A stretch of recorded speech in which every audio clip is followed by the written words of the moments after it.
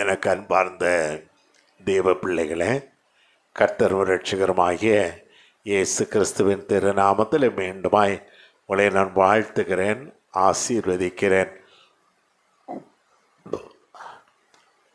நமக்கு வேதத்தில் மிகுந்த பாடுகளுக்குள்ளே கடந்து போன ஒரு குடும்பத்தை குறித்து நான் தியானித்தேன்.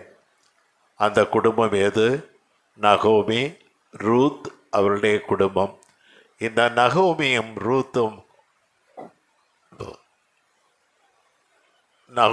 குடும்பமும் இஸ்ரவேல் நாட்டைச் சேர்ந்தவர்கள், யூதா தேசத்தைச் சேர்ந்தவர்கள். இவர்கள் பிழைப்புக்காக அல்லது வேலை செய்கிறதற்காக மோவாப் தேசத்துக்கு போய்விட்டார்கள். அது விக்கிரகங்கள் நிறைந்த பூமி. கர்த்தருடைய வீட்டிலிருந்து, கர்த்தருடைய வீடு யூதா நாடு, அதிலிருந்து அவர்கள் மோவாப் தேசத்துக்கு போய்விட்டார்கள். அங்கு பிழைத்து கொள்ளலாம் என்று போனார்கள். அவருடைய பிழைப்புக்காக போன இடத்துல அவர்கள் பிழைத்து கொள்ள முடியவில்லை. ஜீசஸ் திடீரென்று அங்கே 2 பெண் பிள்ளைகளை 2 பையன்களுக்கும் திருமணம் செய்தார்கள். ஒரு பிள்ளையுடைய பேர் ஓர்பாள், இன்னொரு பிள்ளையுடைய பேர் ரூத். இந்த பிள்ளைகள் அந்த மோவாப் தேசத்து பிள்ளைகள். அவர்களுக்கு கர்த்தரை பற்றி ஒன்றுமே தெரியாது. திருமணம் செய்து கொண்டார்கள். திருமணம் செய்து கொஞ்ச நாட்கள் தான் அவருடைய மாமனார், அந்த குடும்ப தலைவர் திடீரென்று மரித்து போனார். அடுத்ததாக இவர்கள் அந்த துக்கம் ஆறுகிறதற்குள்ளே ஆண் பிள்ளைகள் 2 பேரும் மரித்து போனார்கள். இவர்கள் அநாதைகளானார்கள், திக்கற்றவர்களானார்கள், தனிமை ஆக்கப்பட்டார்கள் என்று வேதம் சொல்லுகிறது. தனிமை அவளை பிடித்தது. அந்த நகோமி கலங்கி அழுதிருப்பார்கள், அந்த பிள்ளைகள் கலங்கி அழுதிருப்பார்கள். அவர்களுக்கு அங்கே பிழைப்புக்கு வழி இல்லை. யூதா தேசத்தில் நல்ல போஜனம் கிடைக்கிறது என்று கேள்விப்பட்ட உடனே திரும்ப யூதாவுக்கு வர அவர்கள் ஆயத்தமானார்கள். இந்த நகோமி அப்படி ஆயத்தமாகி மருமக்களை பார்த்து சொல்லுகிறாள், அம்மா, நீங்கள் 2 பேரும் உங்கள் சொந்த பெற்றோருடைய வீட்டுக்கு போய்விடுங்கள். அங்கே போய் நீங்கள் வாய்க்கிற கணவனை திருமணம் செய்து நன்றாய் வாழ்ந்து கொள்ளுங்கள் என்று அவர்களுக்கு விடை சொல்ல பேசுகிறாள். ஆனால் ஒருத்தி என்ன செய்தாள்? மாமியாரை முத்தமிட்டு புறப்பட்டு போய்விட்டாள். அடுத்தவள் ரூத். அவள் சொன்னாள், நான் எக்காரணத்தை கொண்டும் உங்களை பிரிந்து போக மாட்டேன். தனிமையாக்கப்பட்ட பிள்ளைகள் ஐயா, தனிமையாக்கப்பட்ட பிள்ளைகளே, ஒருத்தி மட்டும் நான் உம்மை விட மாட்டேன். உம்முடைய தெய்வம் என்னுடைய தெய்வம். நான் ஜீவனுள்ள தெய்வத்தை பின்பற்ற தொடங்கிவிட்டேன். நான் போக மாட்டேன் பிடிவாதம் பண்ணி இந்த மாமியாரோடு வந்தாள். வேதம் என்ன சொல்லுகிறது? தனிமையானவர்களுக்கு வீடு வாசல் ஏற்படுத்துகிற தேவன். அல்லேலூயா. இந்த காரியத்தை தியானம் செய்த போதெல்லாம் என்னுடைய இருதயம் நடுங்க தொடங்கினது. நான் அநேக தடவை நான் கலங்கி கலங்கி கண்ணீர் விட்ட நேரங்கள் உண்டு கடந்த 3-4 நாட்களாக. ஏன்? ஒரு குடும்பம் தனிமையான குடும்பமாய் மாறும்போது, கைவிடப்பட்ட குடும்பமாய் மாறும்போது அவர்களை யார் நோக்கி பார்ப்பார்கள்? யாரும் நோக்கி பார்க்க மாட்டார்கள். வாசிங்கள் சங்கீதம் 68:6. தேவன் தனிமையானவர்களுக்கு வீடு வாசல் ஏற்படுத்தி, தேவன் தனிமையானவர்களுக்கு வீடு வாசல் ஏற்படுத்தி கட்டுண்டவர்களை விடுதலையாக்குகிறார். கட்டுண்டவர்களை விடுதலையாக்குகிறார். துரோகிகளோ வறண்ட பூமியில் தங்குவார்கள். துரோகிகளோ வறண்ட பூமியில் தங்குவார்கள். என் அன்பு சகோதர சகோதரிகளே, ஆண்டவராகிய இயேசு கிறிஸ்து கூட ஒரு நாள் தனிமைப்படுத்தப்பட்டார். தனிமை என்றால் என்னவென்று என் கர்த்தருக்கு நன்றாய் தெரியும். கெத்செமனே பூங்காவிலே அவர் கதறி அழுது கொண்டிருக்கும் போது அவரை பிடிக்க எதிராளிகள் வந்தார்கள். அவருடைய சீஷர்கள் எல்லாரும் அவரை விட்டு ஓடி போய்விட்டார்கள். அவர் தனிமை ஆக்கப்பட்டார். அந்த தனிமையினுடைய வேதனை என்னவென்பதை என் கர்த்தர் அறிவார் என்று ஒருவேளை தனிமையாயிருக்கிற தனிமையாக்கப்பட்டிருக்கிற என் அன்பு பிள்ளைகளே, கலங்காதிருங்கள். கர்த்தர் தனிமையானவர்களுக்கு வீடு வாசல் ஏற்படுத்துகிறார் என்று சொல்லும்போது தனிமை என்பது கொடியது. நம்முடைய சபையிலே வாலிப தம்பி தங்கச்சிமார் உண்டு, இன்னும் தனிமையாயிருக்கிற பிள்ளைகள் உண்டு. அவர்களை குறித்து ஆண்டவர் சொல்லுகிறது என்ன? தனிமையானவர்களுக்கு வீடு வாசல் உண்டாக்குகிறார். ஹல்லேலூயா. அப்படியே ஆண்டவரை தியானித்துக் கொள்ளுங்களேன். ஆண்டவரே, எப்பொழுது செய்வீர் இந்த நன்மை எனக்கு என்று நீங்கள் கலங்கும் போது ஆண்டவர் என்ன சொல்லுகிறார்? புலம்பல் 1ஆம் அதிகாரம் 1ஆம் வசனத்திலே, ஜனம் பெருத்த நகரி தனிமையாய் போய்விட்டதாம். வாசியுங்கள். ஐயோ, ஜனம் பெருத்த நகரி தனிமையாக உட்கார்ந்திருக்கிறாளே. ஓஹோ என்று ஆசீர்வாதமாய் இருந்த பிள்ளைகள் தனிமையாய் உட்காருகிற நேரம், தனிமைப்பட்டு கிடக்கிற நேரம். வாசியுங்கள். விதவைக்கு ஒப்பானாலே, சாதிகளில் பெரியவளும் சீமைகளில் நாயகுமாய் இருந்தவள் கப்பம் கட்டுகிறவள் ஆனாலே. சீமைக்கு நாயகியாய் இருந்தவள் என்றால் அவள் ஒரு ராணியாய் இருந்தவள். அவள் மற்ற ராஜாக்களுக்கு கப்பங்கட்டுகிறவளாய் மாறினாள் என்று வேதம் சொல்கிறது. என் அன்பு சகோதர சகோதரர்களே, நன்றாய் வாழ்ந்திருந்த உங்கள் வாழ்க்கையில கடன் பிரச்சனைகள் வந்ததுனாலே இன்று கப்பம் கட்டுகிறது போல வட்டி கட்டி கொண்டிருக்கிறீர்களா? ஆண்டவர் உங்களுக்குத்தான் சொல்லுகிறார், உங்களுக்கு வீடு வாசல் ஏற்படுத்துவேன் என்று. ஹல்லேலூயா.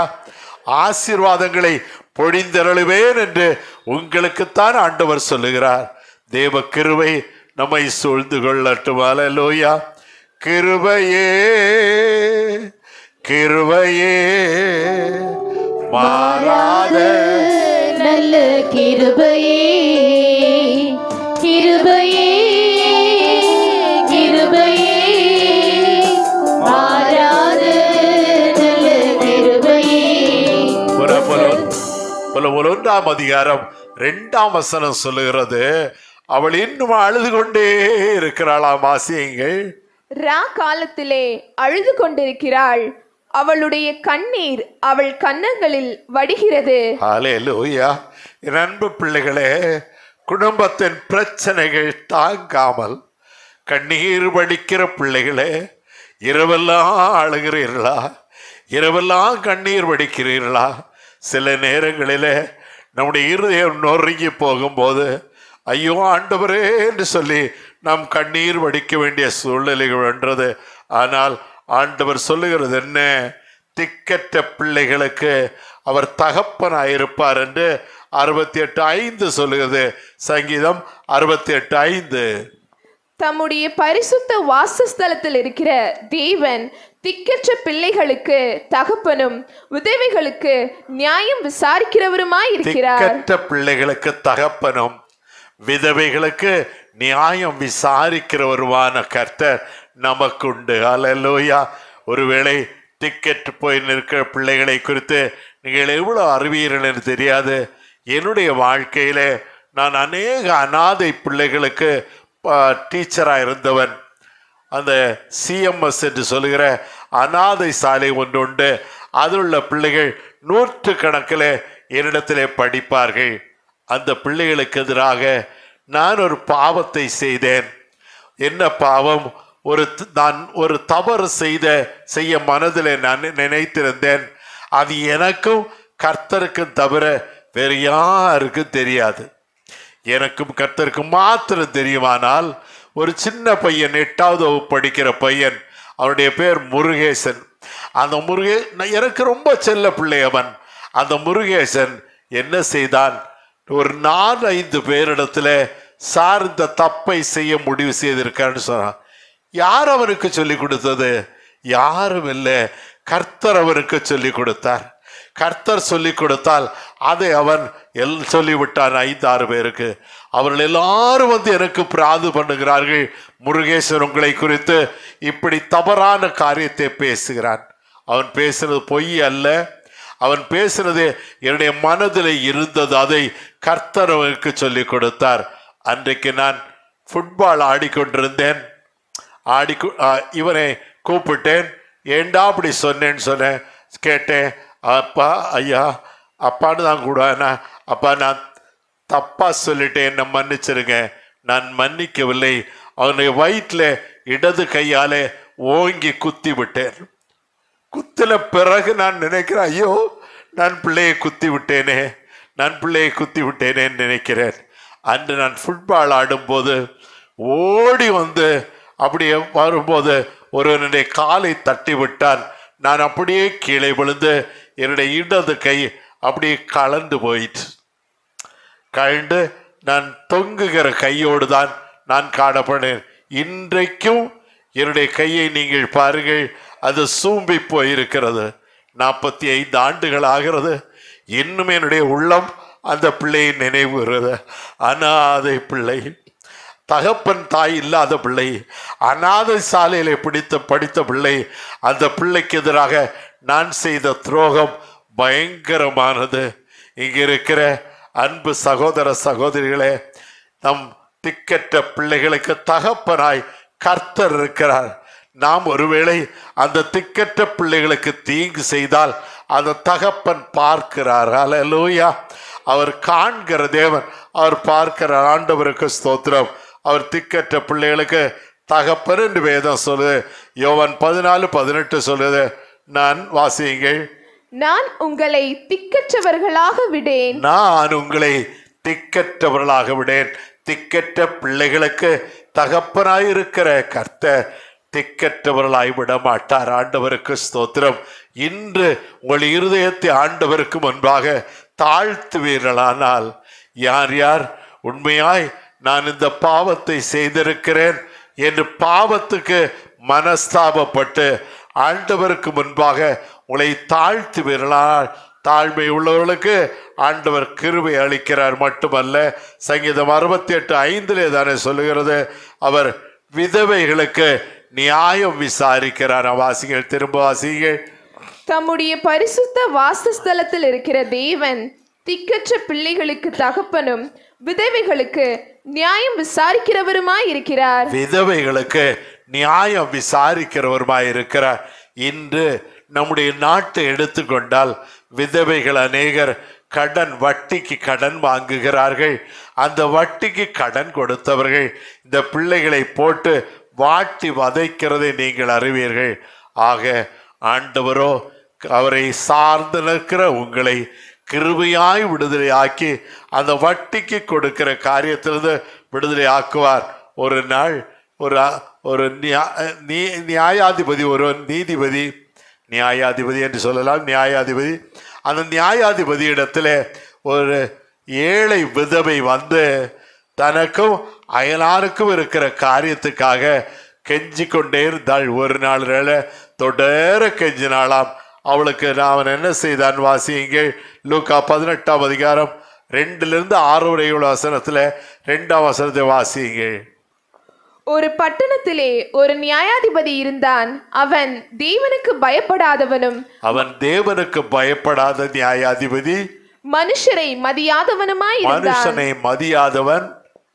ஒரு விதவை வந்து அவனிடத்துல அன்றாடம் கெஞ்சுகிறாள்.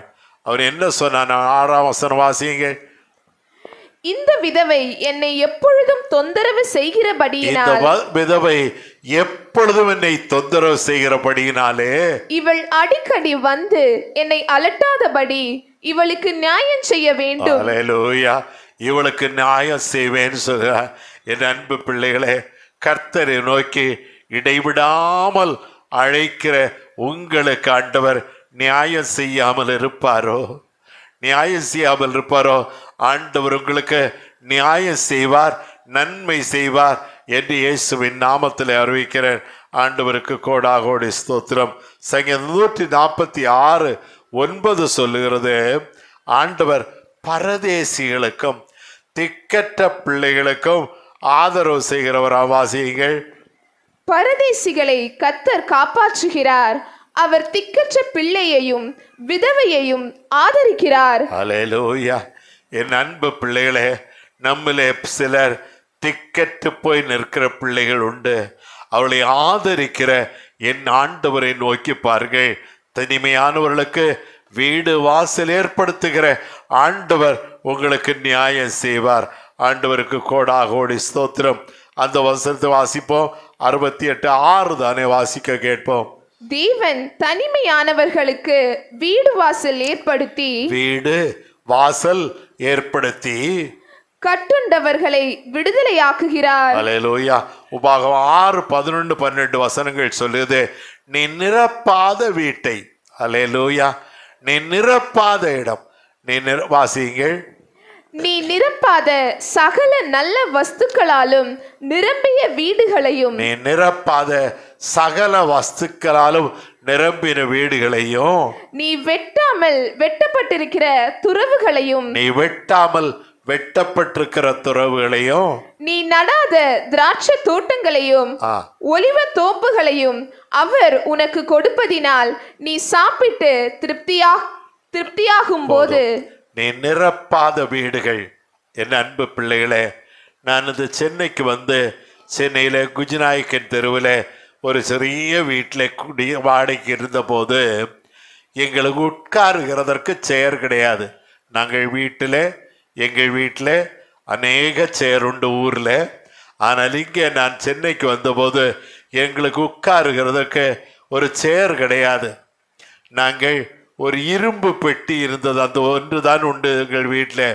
அந்த இரும்பு பெட்டியின் மேல்தான் நாங்கள் உட்கார வேண்டும். எனக்கு கன்னியாகுமரி மாவட்டத்தில் அரசாங்கத்தில் வேலை கொடுத்த ஒரு ஆஃபீஸர், ஒரு டிஇஓ, அவர்கள் எனக்கு தூரத்து சொந்தக்காரர். அவர் என்னை பார்க்க வந்தார். எப்படியோ அட்ரஸ் பிடித்து நேராக என்னை பார்க்க வந்து இந்த வீட்டுக்கு வந்தபோது அவருடைய இருதயம் நொறுங்கி போய்விட்டது. பிள்ளை, நீ இப்படியா இருக்கிற என்று கேட்டு கலங்கி போனார். அவரை உட்கார வைக்கிறது சேரல என்னிடத்துல, அவரை உட்கார வச்ச. ஆனால் இன்றைக்கு தேவன் என்னை எப்படி வைத்திருக்கிறார் யோசித்து பாருங்கள்.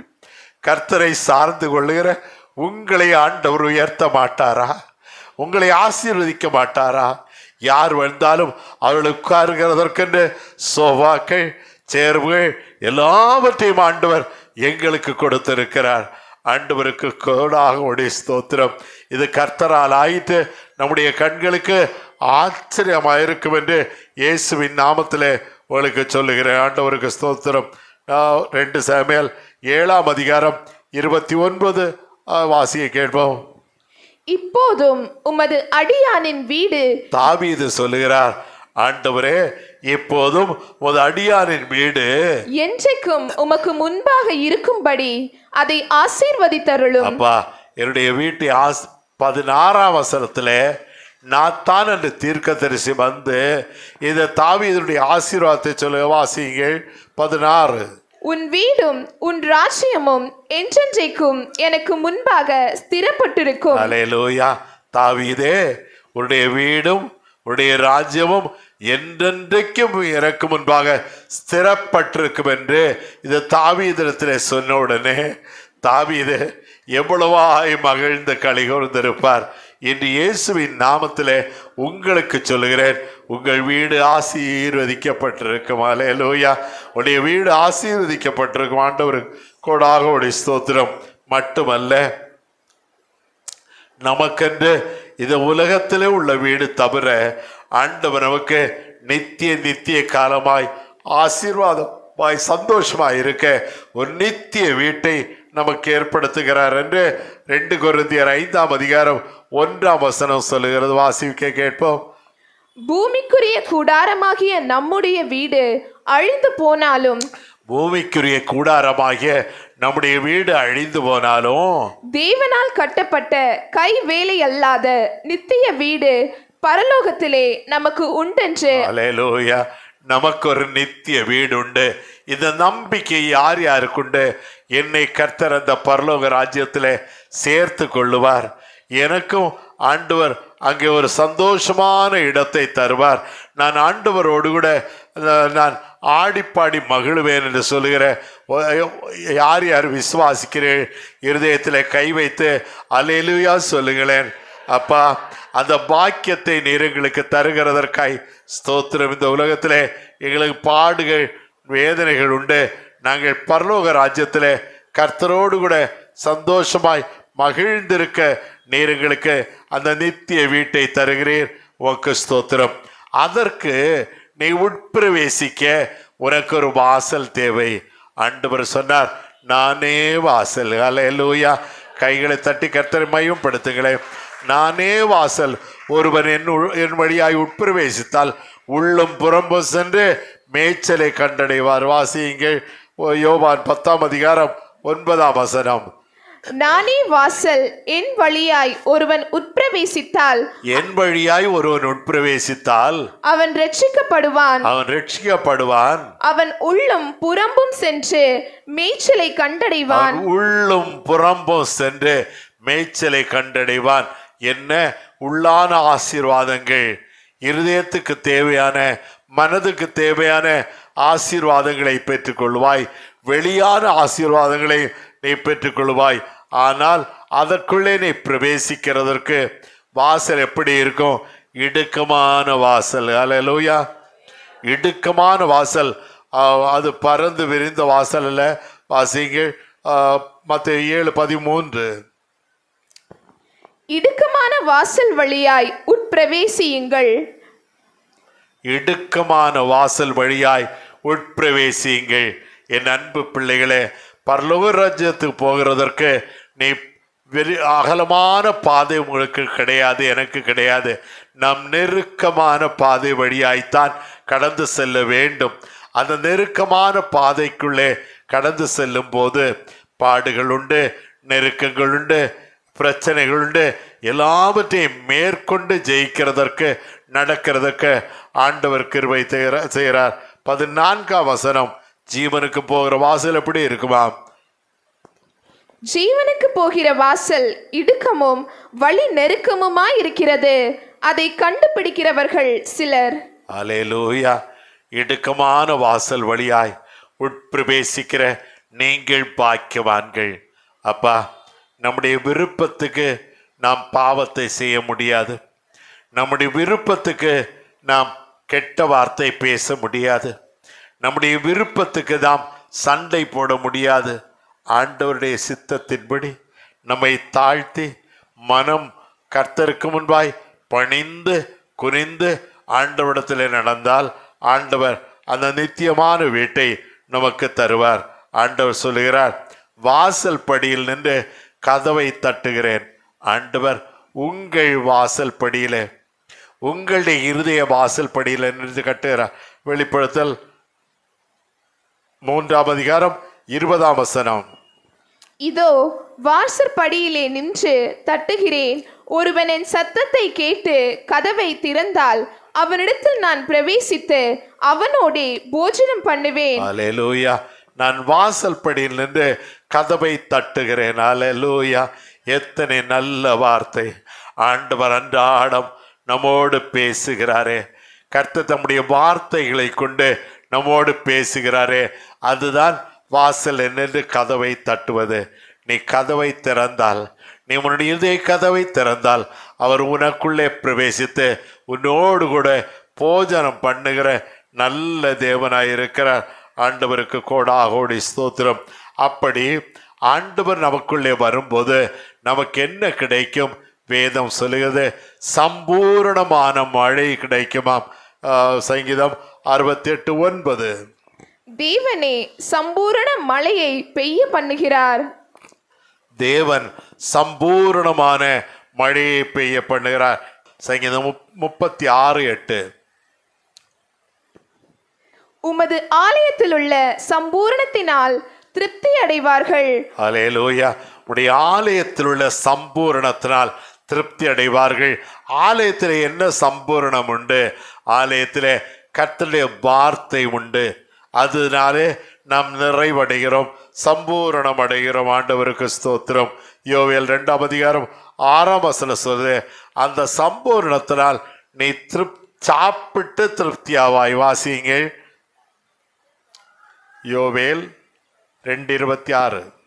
நீங்கள் சம்பூர்ணமாக சாப்பிட்டு திருப்தி அடைந்து உங்களை அதிசயமாய் நடத்தி வந்த உங்கள் தேவனாகிய கர்த்தருடைய நாமத்தை துதிப்பீர்கள். அல்லேலூயா. என் அன்பு சகோதர சகோதரிகளே, இந்த கர்த்தருடைய வார்த்தையை தவிர மேலான போஜனம் உனக்கு ஒன்றுமே வேண்டாம். அல்லேலூயா. இயேசுவே, நீர் உம்முடைய போஜனத்தால் என்னை நிரப்பும் என்று கேட்கும்போது ஆண்டவர் நம்மை நிரப்புவார். அப்பொழுது பரிசுத்த ஆவியானவர் நம்மளுக்குள்ளே வருவார். கர்த்தருடைய கிருபையை கொண்டு சொல்லுகிறேன், ஒவ்வொரு நாளும் நான் ஆண்டவரிடத்திலே கேட்பது, ஆண்டவரே தம்முடைய பரிசுத்த ஆவியினால் என்னை நிரப்பும். யார் யார் கேட்கிறீர்கள்? பரிசுத்த ஆவியுலத்திலே வரும்போது நீங்கள் பலன் அடைந்து சாட்சிகளாயிருப்பீர்கள்.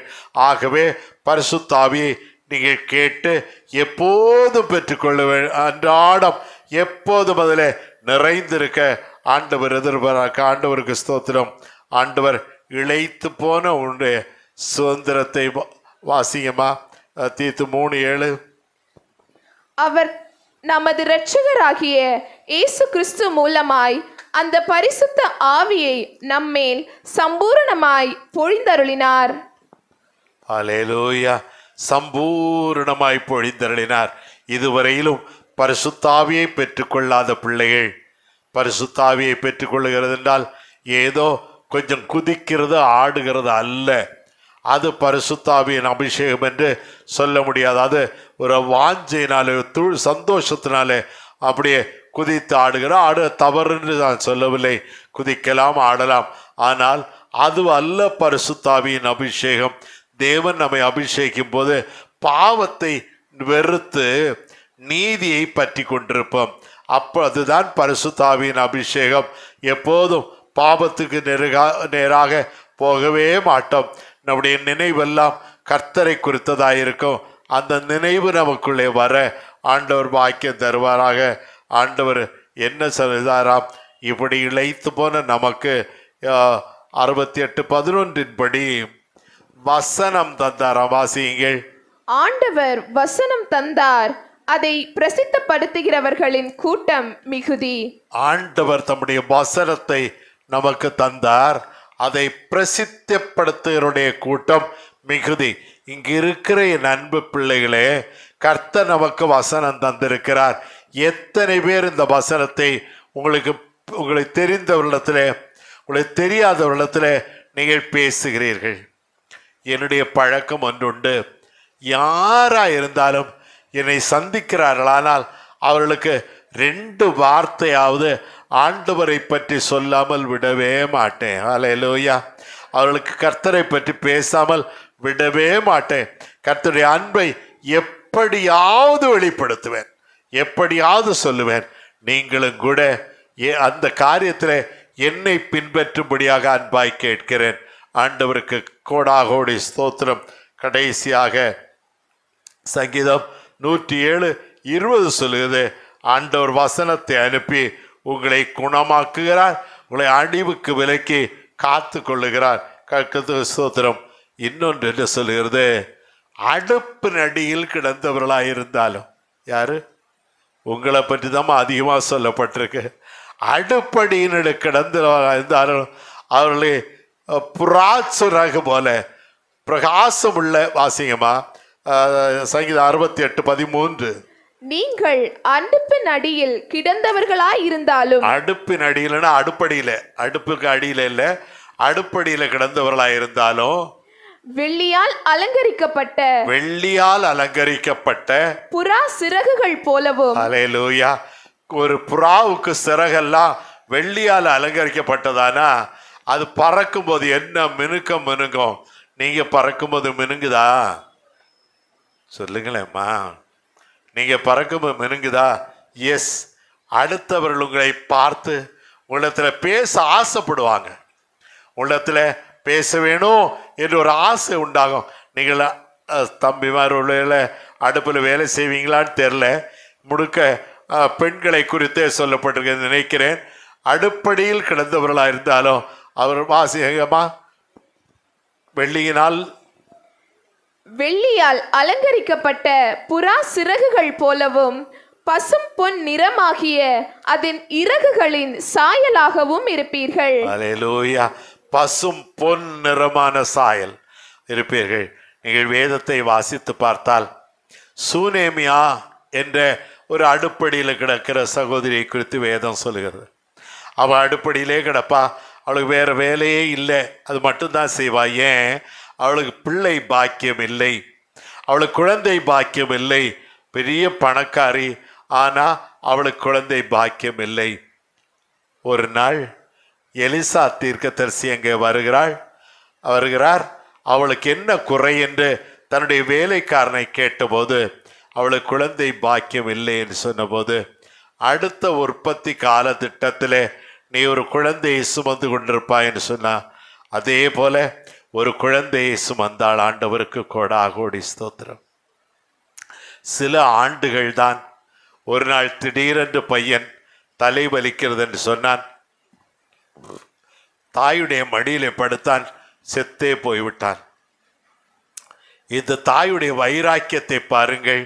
அந்த பிள்ளையை தூக்கி அந்த எலிசா வந்தால் படுக்கிற மேல் வீட்டாரை கட்டில் கொண்டு போய் படுக்க வைத்துவிட்டு நேராய் எலிசாவை பார்க்க ஓடினாள். எலிசாவின் கால்களை பிடித்து கொண்டாள். ஆண்டவரே, நீர் வர வேண்டும், என்னுடைய வீட்டுக்கு வர வேண்டும், என்னுடைய வீட்டுக்கு வர வேண்டும். எலிசா முதலாவது தன்னுடைய தடியை கொடுத்து அனுப்பினார். வேலைக்காரணத்தில் தடியை கொண்டு வைத்தால் பிள்ளைக்கு உயிர் வரவில்லை. எலிசா வந்தார், பிள்ளையின் மேல் குப்புற படுத்தார், கர்த்தரிடத்திலே கதறினார். பிள்ளை உயிரோடு எழும்பினான். அல்லேலூயா. பிள்ளை உயிர். இதுதான் அடுப்படியில் கிடக்கிறவளுடைய சிறகு, அந்த புறா சிறகு போல மினுங்குகிற அனுபவம். இந்த அனுபவம் இன்றும் பேசப்படுகிறது, இன்றும் பேசப்படுகிறது. நம்முடைய குடும்பத்தில் வருகிற பாடுகள், நெருக்கங்களிலிருந்து ஆண்டவர் நம்மை விடுதலை ஆக்குவார். யார் யார் விசுவாசிக்கிறீர்கள்? விசுவாசியே நீ பதறாதே, விசுவாசியே நீ கலங்காதே, விசுவாசியே நீ பதறாதே, விசுவாசியே நீ கலங்காதே, விசுவாசத்தால் நீதிமான் என்று பிழைப்பார், விசுவாசத்தால் நீதிமான் என்று பிழைப்பார். அன்பு பிள்ளைகளே, நீதிமான்கள் பிழைத்துக் கொள்வார்கள். ஆண்டவர் உனக்கு வீடு வாசல் ஏற்படுத்துகிறவர். நீ நீதிமான். அல்லேலூயா. நீ நீதிமான். ஒருவேளை இந்த சபையில் இருக்கிற அருமை பிள்ளைகளே, இன்னும் ஞான ஸ்நானம் எடுக்காத பிள்ளைகள் யாராவது இருந்தால் இன்று ஒப்பு கொடுப்பீர்களானால் அப்படியே உங்கள் இருதயத்தில் கை வையுங்கள், அப்படியே உங்கள் இருதயத்தில் கைவிடுங்கள். இந்த மாதத்தில் நமக்கு ஞானஸ்நான ஆராதனை உண்டு. அடுத்த வாரம் நமக்கு ஞானஸ்நான ஆராதனை. அந்த 22ஆம் தேதி நமக்கு ஐக்கிய ஞாயிறு, அன்று ஞானஸ்நான ஆராதனை உண்டு. ஆகவே யார் யார் ஞானஸ்நானத்துக்கு ஒப்பு கொடுக்கிறீர்கள்? அப்படியே எழுப்பி நெல்லுங்களேன். ஞானஸ்நானத்துக்கு ஒப்பு கொடுத்துக்கிற பிள்ளைகள் அப்படியே எழுப்பி நெல்லுங்களேன். நான் ஞானஸ்நானம் பெற வேண்டும் என்று சொல்லுகிற பிள்ளைகள் யாரும் இல்லை. ஒரு நீ இருக்கிறியா? எளிமையில்லைம்மா. வேற யார் யார் இருக்கிறீங்க? ஞானஸ்நானம் எடுக்க போகிற பிள்ளைகள் வருகிற வாரத்தில் ஞானஸ்நான ஆராதனை. ஜீசஸ்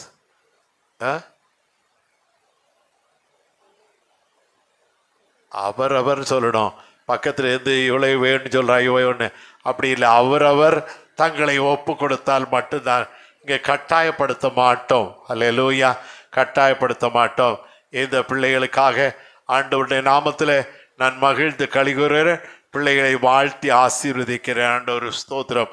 இப்பொழுது மற்றவர்கள் யார் யார் இன்று நான் இனி உட்காருங்கம்மா, கர்த்தருக்கு விரோதமான காரியங்கள் எதையும் செய்ய மாட்டேன்னு சொல்லுகிறவர்கள் அப்படியே கர்த்தருக்கு முன்பாக இருதயத்தில் கை வைத்து ஒப்பு கொடுக்கிறேன்.